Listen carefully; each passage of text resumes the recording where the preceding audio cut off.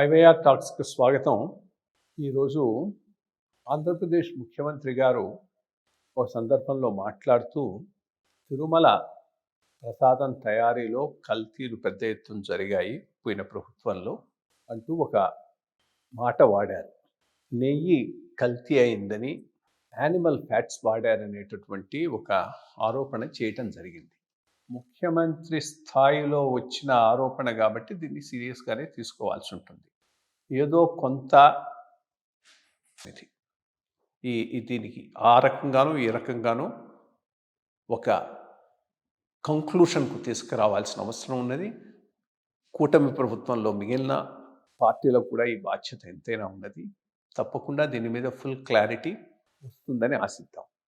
ఒకటి, తిరుమలలో ఈ మొత్తం ప్రొక్యూర్మెంట్ చాలా పెద్ద ఎత్తున జరుగుతుంది కాబట్టి చాలా ఫోర్సెస్ దీని మీద ఇన్ఫ్లుయెన్స్ చేయడానికి ప్రయత్నిస్తూ ఉంటాయి.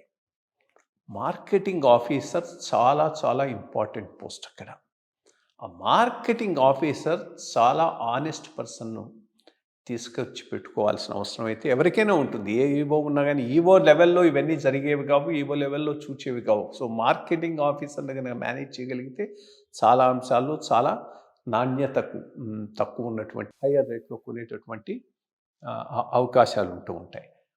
అందుకని ఈ పోస్ట్కు చాలా బెస్ట్ పర్సన్ టీటీడీలో ఉన్నవాడిని వేయటం జరుగుతుంది. అటువంటి వాళ్ళు చాలా తక్కువ మంది ఉన్నారు. ఎందుకంటే టీటీడీ మిగిలిన ప్రభుత్వ సంస్థలు ఎట్లా ఉన్నాయో అట్లాగే అన్ని రకాల మనుషులు ఉన్నారు, ఎక్కువ మంది కరప్ట్ ఫెలోస్ ఉన్నారు, అన్ని రకాల మనుషులు ఉన్నారు. అటువంటిప్పుడు సింగులర్లీ ఆనెస్ట్ పర్సన్ వాడిని ఈ మార్కెటింగ్ ఆఫీసర్గా సెలెక్ట్ చేసుకోవటం వేయటం కూడా చాలా కష్టమైనటువంటి విషయం.